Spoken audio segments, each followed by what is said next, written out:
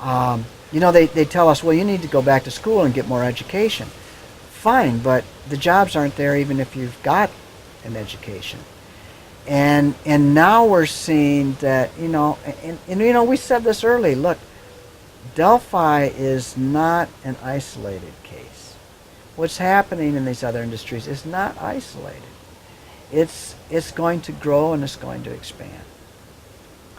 And now we're seeing it affect other industries, and we're seeing it affect people in the computer fields and in the IT industry and accounting, analysis, even in healthcare is being outsourced to these other countries.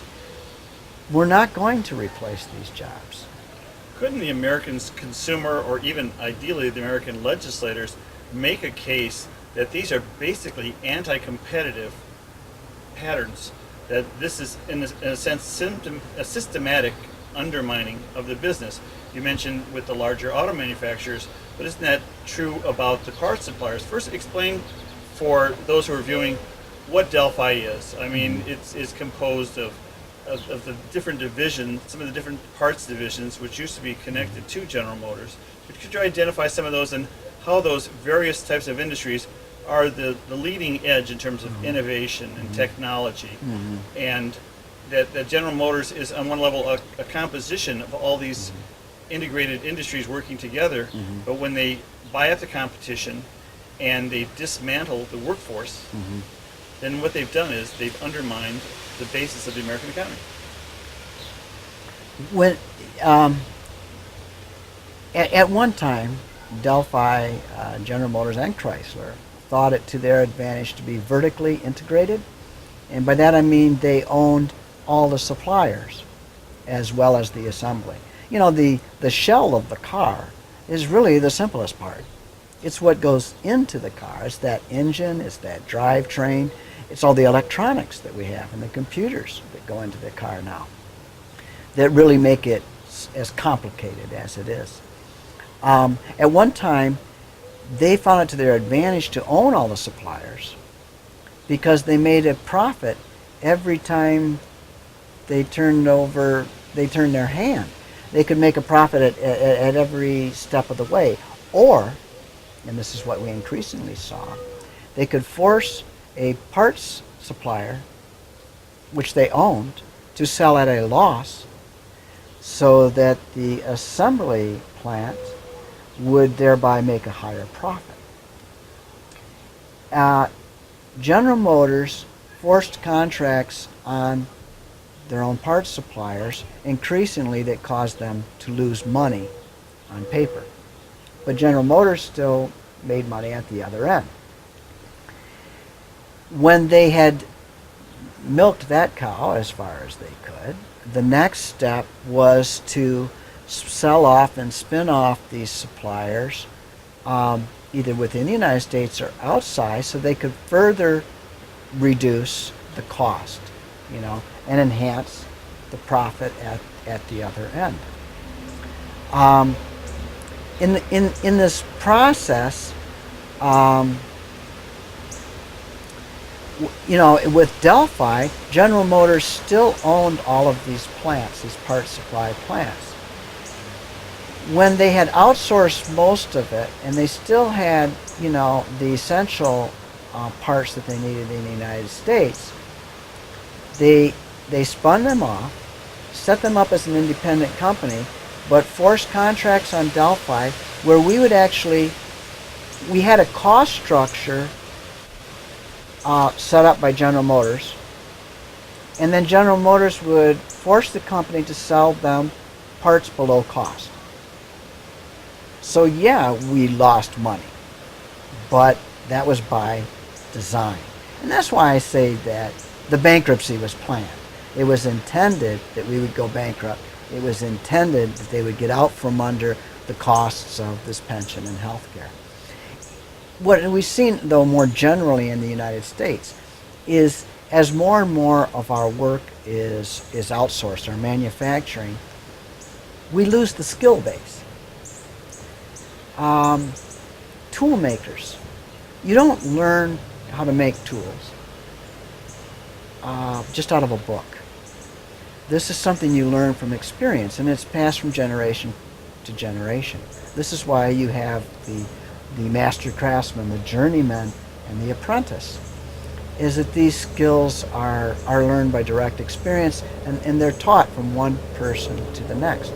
We're losing those skills, and we're losing that knowledge. And this is where the real innovation, not just in automobiles, but in all manufacturing, comes from. The inventors are people that work in shops, and of course we would see this too. As parts makers, the initial investment is not just the product, but how to produce it efficiently. And initially the technology isn't there, and that's developed. And as it's brought into the shops, the workers, the tradesmen who work on that, refine the techniques so that the efficiency is improved and improved.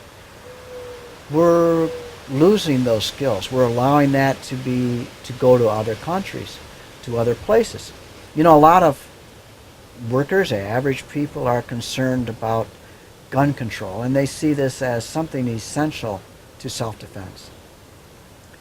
I don't see the government going door to door and confiscating guns.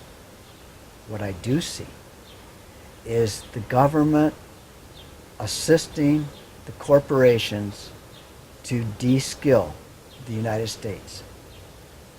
Our tool-making abilities are leaving our country really fast. You may be able to own the gun, but you won't make the gun. That will not be made in the United States if things continue as they are. And even, Pentagon procurement now, even military contracts are going outside the United States. Why? Because we do not have the manufacturing base.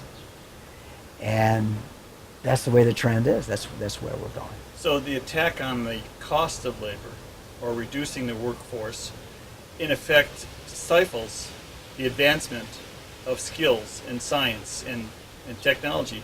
Did you experience or witness any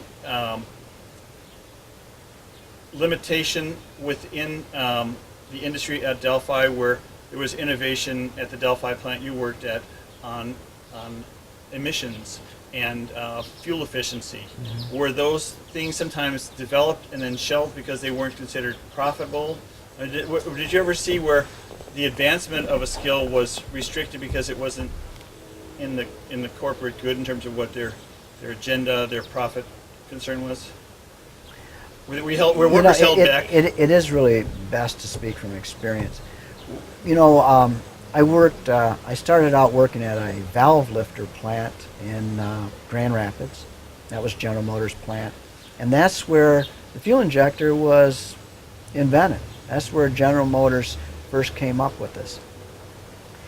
It was such an important product for fuel efficiency and emissions that they built a whole separate plant just to concentrate on fuel injectors. And also they needed a very clean environment. In the assembly rooms for the injector, we actually wore lab coats and hats. They had to have these clean rooms. When I first went to that Coopersville plant that made the fuel injectors, we were making fuel injectors for Bosch. Bosch was our competitor, our biggest competitor, one of the biggest. And this is what I mean about, these people don't compete. That's for the little guys, that's for the workers. We assembled fuel injectors for Bosch because they couldn't make them at the time.